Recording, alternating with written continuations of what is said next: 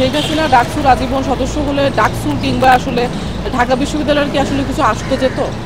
আমার কাছে সেটি খুব বেশি মনে হয়নি গুরুত্ববহ কিছু। চাপে বলেছিলাম ব্যাপারটি এরকম না, যেহেতু ওই সময় একটা পুরো স্বতন্ত্র একটা প্যানেল 9 জনের প্যানেলের নেতৃত্ব দিয়ে আসলে জয়ী হওয়া একটা ক্ষমতাসীন দলের বিপরীতে খুব সহজ ছিল না কিন্তু। এবং দেখা যেত যে আমার সার্ভাইভালেরও একটা ব্যাপার ছিল এবং পদে পদে তো আমাদেরকে অসহযোগিতা করা হয়েছে। এবং আমি যদি ব্যাপারটা বলি যে শেখ হাসিনা ডাকসুর আজীবন সদস্য হলে ডাকসুর কিংবা আসলে ঢাকা বিশ্ববিদ্যালয়ের কি আসলে কিছু আসতে যেত? আমার কাছে সেটি খুব বেশি মনে হয়নি গুরুত্ববহ কিছু। এটা একটা পয়েন্ট। আরেকটা পয়েন্ট হচ্ছে আসলে 24-এ যখন এক দফার জন্য রাস্তায় নামি, এক দফা দাবি করি, ঘোষণা দিই, তারপরে তখনই আসলে ব্যাপারটা মীমাংসিত।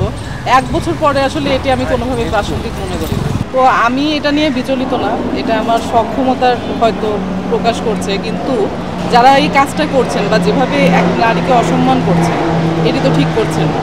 এবং দেখা যাচ্ছে যে যারা আমাকে এত নোংরাভাবে আক্রমণ করছেন তারাই হয়তো তাদের দলের নারী যখন আক্রান্ত হচ্ছেন তাদের প্রতি তো আসলে তাদের সেই সমমর্মিতা আছে, সেই সমমর্মিতা আমারও আছে আমার জায়গা থেকে। কিন্তু কথা হচ্ছে প্রসঙ্গ যখন নারী বিদ্বেষের, তখন আসলে সব ডানপন্থী এবং কিছু কিছু মধ্যপন্থী দল যে একাকার হয়ে যায় দলমত নির্বিশেষে, এবং অন্য সময় দেখা যায় যে ছোট থেকে ছোট ব্যাপারে নিজেদেরকে ছাড় দেন না, এটি অত্যন্ত ক্ষোভ এবং হতাশা জায়গা নিয়ে।